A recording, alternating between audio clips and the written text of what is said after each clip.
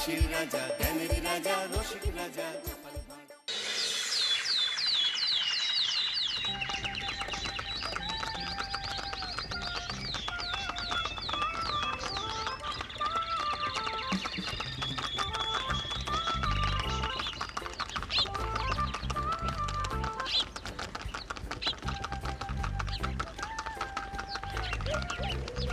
অনেক দিন পর বেশ লাগছে বন ভ্রমণ। মাঝে মাঝে কাজের ফাঁকে এইসব জায়গায় এলে মন খুব ভালো লাগে।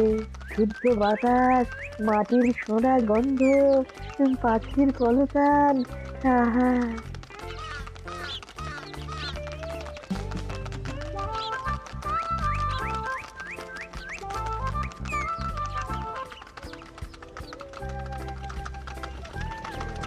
মহারাজের রথ থামছে।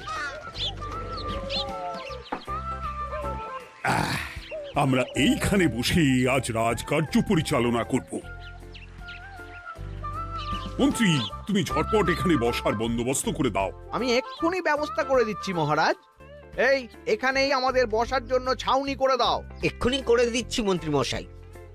এরা বসার জায়গাটা করে দিক, ততক্ষণ আমরা একটু হেঁটে আসি।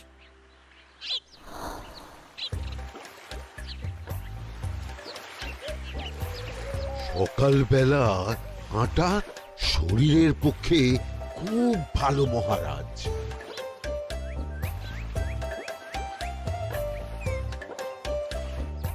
আগেকার দিনে রাজা মহারাজরা এই সব বনে মৃগয়া করতে আসতেন। মৃগয়া একদম ভালো নয় মন্ত্রী।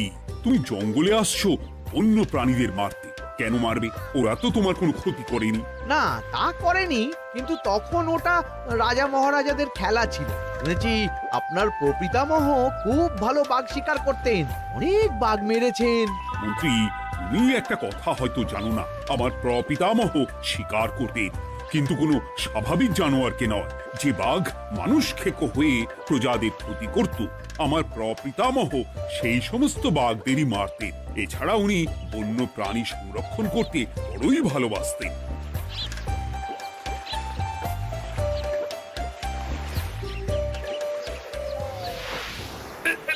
উফ, এটা আবার কি? এই এটা আবার কোথা থেকে উড়ে এলো? কোথাও তো ঝড় হাওয়া কিছুই নেই।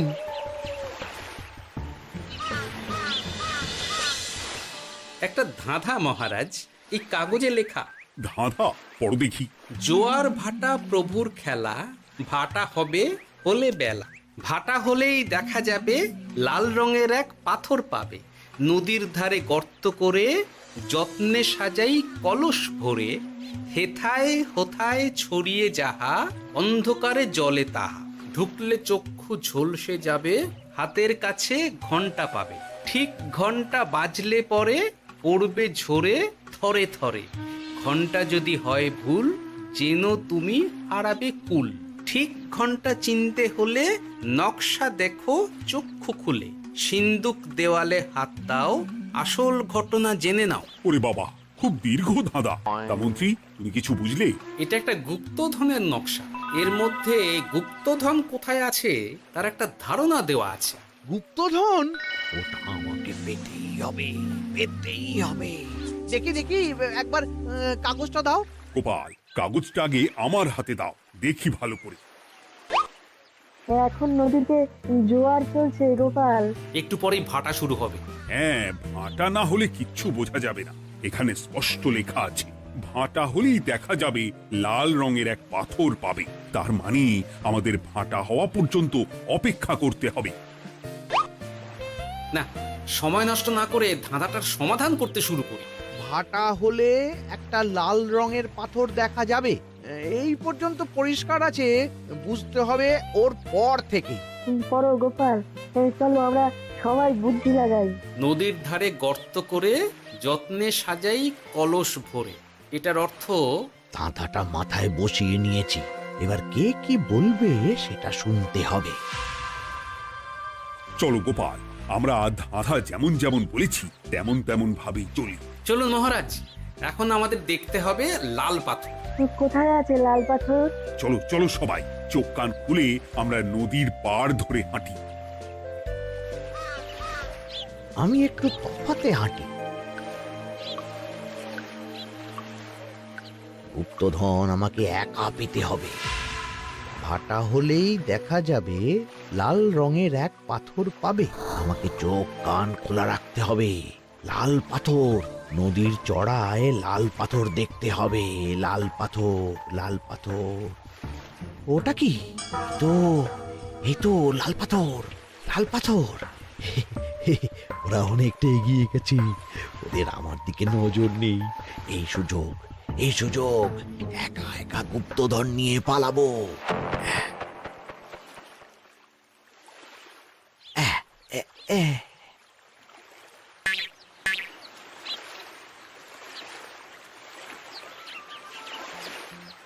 কি গো, আমরা তো হেঁটেই চলেছি, লাল পাথর তো কই দেখতে পাচ্ছি না। আরেকটু হাঁটতে হবে মহারাজ, গুপ্তধন বলে কথা, ওকে আর সহজে ধরা দেয়? সেটা অবশ্য সঠিক কথা। আচ্ছা, আমরা সবাই তো আসছি হেঁটে হেঁটে, মন্ত্রী মশাই গেলেন কোথায়? ও কি যে ঘটে! সত্যি তো, মন্ত্রী কোথায়? ও সেনাপতি, মন্ত্রীকে দেখেছো? কই না তো মহারাজ। তাহলে কোথায় গেলেন মন্ত্রী মশাই? এই জঙ্গলে বাঘ ভাল্লুক আছে, শেষে কিনা বাঘে নিল। হায় হায় হায়, মন্ত্রী গিন্নির কাছে আমি কি মুখ দেখাবো?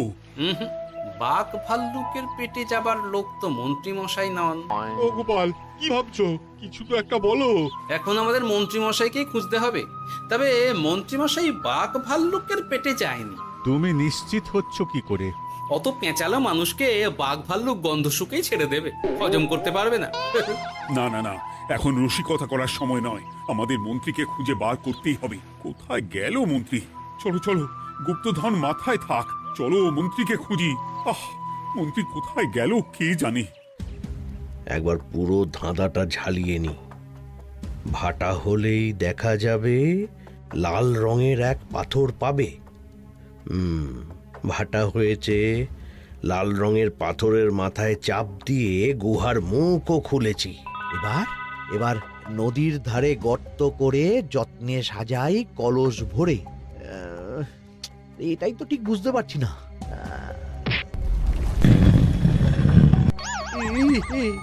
এই রে, এবার কি হবে? হ্যাঁ মহারাজ, কোথাও একটা আওয়াজ হলো। এই, আওয়াজটা কোন দিক থেকে হলো? চলুন সামনে এগিয়ে যাই। আমার মনে হয় আওয়াজটা সামনের দিক থেকে এলো। আমারও তাই মনে হলো। তবে কি মন্ত্রী মশাই লাল পাথরের হদিশ পেয়ে গেছেন? আমাদের চোখে পড়লো না, অথচ মন্ত্রী মশাইয়ের চোখে পড়ে গেল। আসলে আমরা কথা বলতে বলতে গেছি, তাই নজরে পড়েনি। মন্ত্রী মশাই একা একা আমাদের পেছন পেছন আসছিলেন। উনি ইচ্ছে করেই আমাদের পেছনে পেছনে আসছিলেন। নিজে একা গুপ্তধন নিয়ে যেতে চেয়েছিলেন, এখন কোথায় আছেন কে জানে।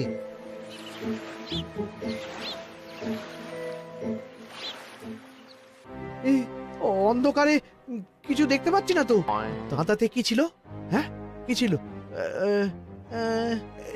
হেথায় হোথায় ছড়িয়ে যাহা, অন্ধকারে জলে তাহা, ঢুকলে চক্ষু ঝলসে যাবে, হাতের কাছে ঘন্টা পাবে। পেয়েছি পেয়েছি, ঘন্টা ঘন্টা ঘন্টাটা পেতে হবে। ঘন্টাটা ঘন্টাটা ঘন্টা। ভাটা হলেই দেখা যাবে লাল রঙের এক পাথর পাবে।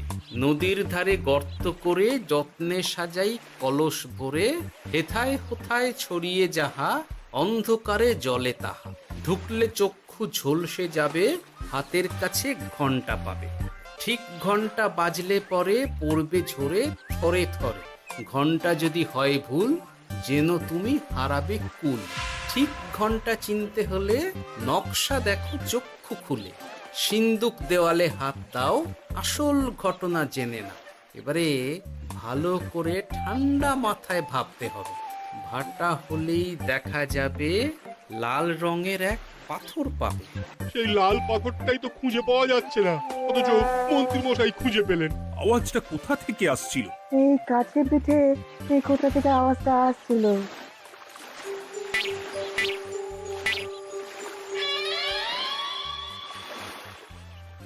এই তো, এটাই মনে হয় সেই লাল পাথর। একটু নাড়িয়ে চাড়িয়ে দেখি তো কিছু হয় কিনা।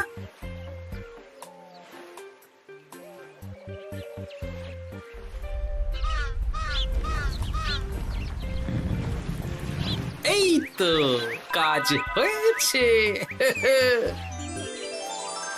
এই তো সুড়ঙ্গ।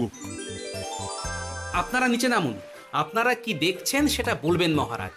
সবাই যদি নেমে যাই, যদি কোনো কারণে সুড়ঙ্গের মুখ বন্ধ হয়ে যায়, তাহলে আর আমরা বাইরে বেরোতে পারবো না মহারাজ। গোপাল ঠিকই বলেছে, আমরা দুজন বাইরে থাকি। মহারাজ, আর একটা কথা, কোনো ঘন্টায় হাত দেবেন না, মনে আছে তো? ঘন্টা যদি হয় ভুল, যেন তুমি হারাবে কুল। ওরে বাবা, এই বয়সে আর কুল হারাতে চাই না। ঠিক আছে, তোমার কথাই অক্ষরে অক্ষরে পালন করব।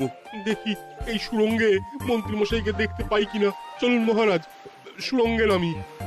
সবাই সাবধানে নামো।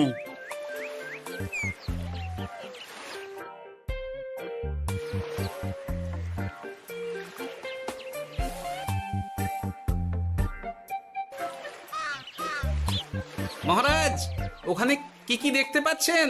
ওখানে কি মন্ত্রী মশাই আছেন? না গোপাল, মন্ত্রীকে এখনো দেখতে পাইনি।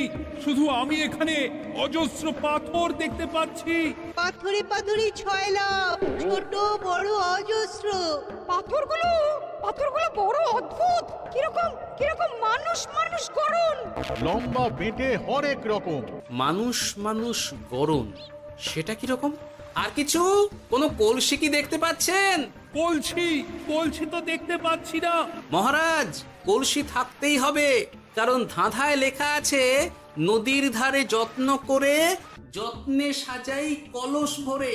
গর্তটা আসলে হলো সুড়ঙ্গ, কিন্তু কলস। মহারাজ, মহারাজ, এইদিকে এইদিকে একটা কলসের মতো কি যেন আছে। এইদিকে আসুন, এদিকে এদিকে। হ্যাঁ গোপাল, দেখতে পেয়েছি। এবার আমি যেরকম যেরকম বলবো সেই রকম সেরকমই করবেন। আমি বিজ্ঞানীকে নদী থেকে জল তুলে পাঠিয়ে দিচ্ছি। পাত্র কোথায় পাবে? আমাদের জল খাবার যে পাত্র আছে সেটা আনতে লোক পাঠাচ্ছি। ঠিক আছে। শুধু একটা কথা বলছি, আপনারা কেউই সুড়ঙ্গের ভেতরে কোনো কিছুতে হাত দেবেন না। কেন গোপাল? সব পরে বলবো, এখন আমি যা বলছি সেটা শুধু মনে রাখুন। সুড়ঙ্গের ভেতরে কিছুতে হাত দেবেন না। ঠিক আছে। প্রহরী, তুমি যাও, যেখানে আমাদের বসবার আয়োজন করা হয়েছে সেখানে গিয়ে একটা জলের পাত্র নিয়ে নদী থেকে জল ভরে নিয়ে এসো। গোপাল, মন্ত্রীমশাই কোথায় গায়েব হয়ে গেলেন? কোথাও গায়েব হয়ে যাননি বিজ্ঞানী, কোথাও গায়েব হয়ে যাননি উনি। উনি ওই সুড়ঙ্গের ভেতরেই আছেন। কিন্তু কেউ তো ওনাকে দেখতে পাননি। সম্ভবত পাথর হয়ে আছে। এখন কিভাবে পাথর হয়েছেন সেটা তো আমি বলতে পারবো না। সবটাই স্বপ্নের মতো লাগছে। ঠিক যেন স্বপ্নের মতো লাগছে। এই জীবনে সুরঙ্গ দর্শন হয়ে গেল। আমাদের পাতাল প্রবেশ। পাতালে আসিয়া আমি মনে মনে বলি, গুপ্তধন নিয়ে আমরা যেন সৎ পথে চলি। তোমার এখনো কাব্য আসছে সভাকবি? আসছে মানে কাব্যের সাথে আছে রোমাঞ্চ, করছে গা শীত, হচ্ছি আমি অধীর। মহারাজ, জল দিয়ে বিজ্ঞানীকে পাঠাচ্ছি। কি করতে হবে বিজ্ঞানীকে সব বলে দিয়েছি। তুমি ভেতরে আসবে না? আসবো ঠিক সময়ে। এখন আমি যেমন যেমন বলবো আপনি ঠিক তেমন তেমন করবেন। ঠিক আছে। বিজ্ঞানী, যেমন যেমন বললাম ঠিক তেমন তেমন ভাবে কলসিকে জল দিয়ে পরিষ্কার করবে। মনে রেখো, ধাঁধায় আছে কলসি সাজাই যতন কর। তুমি একটা কথা মনে রেখো বিজ্ঞানী, কোথাও হাত দিও না কিন্তু। ঠিক আছে গোপাল, তোমার উপস্থিত বুদ্ধির তুলনা নেই। আমি যাচ্ছি গোপাল। সাবধানে সাবধানে। মহারাজ, বিজ্ঞানী যাচ্ছে। সাবধানে নামো, সাবধানে। মহারাজ, কলসিটা কোথায়? ওই তো, একটু সাবধানে যাও।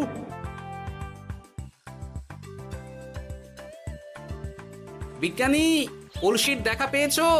পেয়েছি পেয়েছি পেয়েছি। এবারে কলসিটাকে ভালো করে জল দিয়ে ধুয়ে দাও। কলসির আলোয় সুড়ঙ্গ আলোকিত গোপাল। এরপর কি?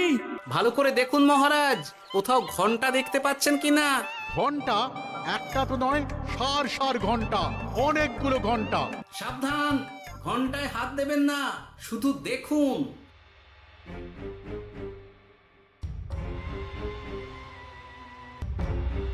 মহারাজ, আমরা গুপ্তধনের খুব কাছে চলে এসেছি। তাই নাকি? কি মজা কি মজা, এবার খাবো ক্ষীরের গজা। আহ সভা কবি, চুপ করো, এখনো আমরা গুপ্তধন পাইনি। আমার মুখে দাঁড়িয়ে সবগুলো তারা আঁকা। বিজ্ঞানী, কোনো ঘন্টায় চাঁদের নকশা করা আছে কি? একটু দেখে বলো না। আমি আতস কাজ নিয়েই দেখছি, সব ঘন্টাতেই তারা আঁকা। খবরদার, কোনো ঘন্টাকেই ছোঁবে না। ঠিক আছে, কোনো কিছু না ছুঁয়ে আমি দেখছি। পেয়েছি গোপাল, চাঁদ আঁকার ঘন্টা পেয়েছি। ওই ঘন্টাটা বাজাও, বাজাও।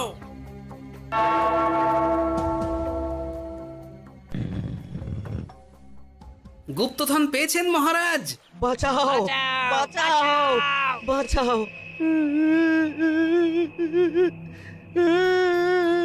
বাঁচান মহারাজ, বাঁচান বিজ্ঞানী, মহারাজ, মন্ত্রীর গলা পাচ্ছ না?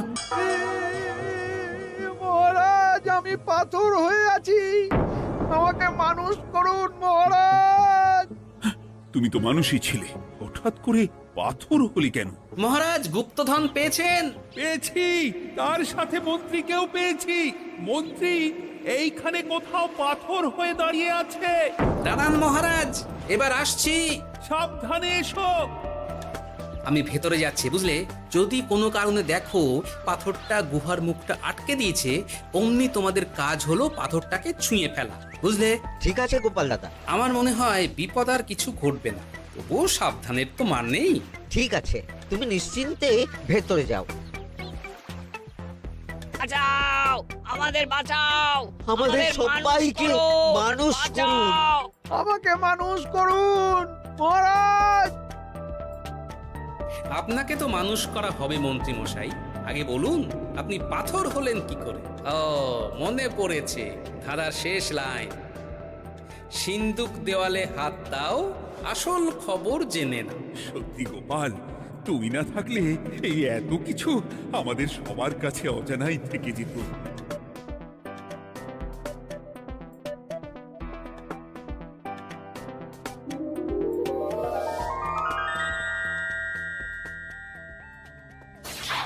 ধন্যবাদ আমাকে মুক্ত করার জন্য। আপনি কে? আমি যক্ষ। আমাকে এই ধন সম্পত্তি পাহারা দেওয়ার জন্য এক ডাকাত দলের সর্দার যক্ষ করে রেখেছিল। আমি 100 বছর ধরে এইখানে যক্ষ হয়ে আছি। আমি তোমার জন্য মুক্ত হলাম গোপাল। এই সম্পত্তি তোমার গোপাল। সম্পত্তি নিয়ে আমি কি করব? আমি এই সব সম্পত্তি মহারাজকে দান করলাম, রাজ্যের অনেক কাজ হবে। তুমি ধন্য গোপাল, তুমি ধন্য। এবার আমার যাবার সময় এসেছে, আমাকে যেতে হবে। যাবার আগে এই পাথরগুলোকে মানুষ করে যান। এরা সব লোভী। আমি আমার সীমিত ক্ষমতায় এই গুপ্তধনের ধাঁধাকে এখানে যারাই ভ্রমণ করতে আসে তাদের হাতে তুলে দিই, কিন্তু কেউ এই ধাঁধার সমাধান করতে পারে না। সবার মনে লোভ কাজ করে, এই লোভ এদেরকে পাথর করে রেখেছে। পাথর হলো কি করে? একটা মানুষ এসে বুক ভরা লোভ নিয়ে আধা পুরো না জেনে পাথরে হাত দিলেই সে পাথর হয়ে যাবে। আমাদের ভুল হয়েছে, আর লোভ করব না। আমাদের বাঁচাও, আমাকে মুক্ত করে দিন, আমার খুব ভুল হয়েছে মহারাজ, মুক্ত করে দিন আমায়। তুমি এখানে আগে এসেছিলে, তাই তো আগে এসে ভাবলে নিজেই একা একা গুপ্তধনকে হরপ করে দেবে। এদিকে তোমাকে না দেখতে পেয়ে আমাদের কত চিন্তা হচ্ছিল। যারা লোভী তারা কারো কথা ভাবে না, শুধু নিজের কথা ভাবে। আমাকে আর একটা সুযোগ দিন, আমি আর লোভ করব না মহারাজ। তোমার কথার কোনো দামই নেই। না মহারাজ, আমাকে আর একটা সুযোগ দিয়ে দেখুন, আমি আর লোভ করব না, আমাকে মানুষ করুন মহারাজ। আমাদের সবাইকে মানুষ করুন, দয়া করে মানুষ করুন। যক্ষরাজ, এদের আপনি ক্ষমা করে দিন। ঠিক আছে, তোমাদের আবার মানুষ করে দিচ্ছি।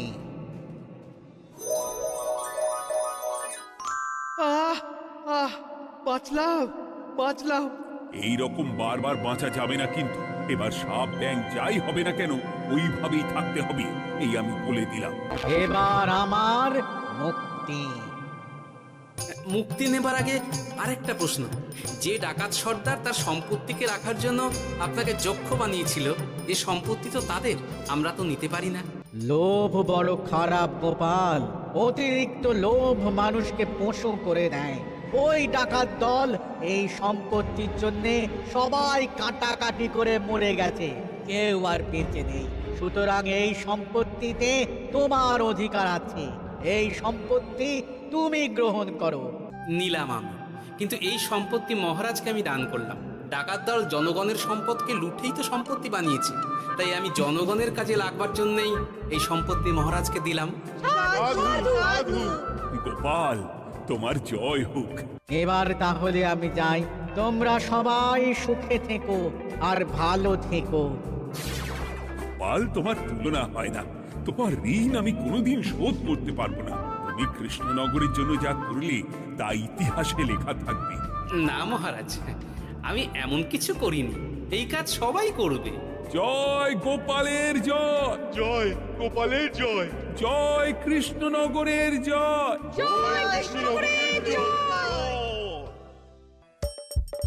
হাসির রাজা জ্ঞানের রাজা রসিক রাজা গোপাল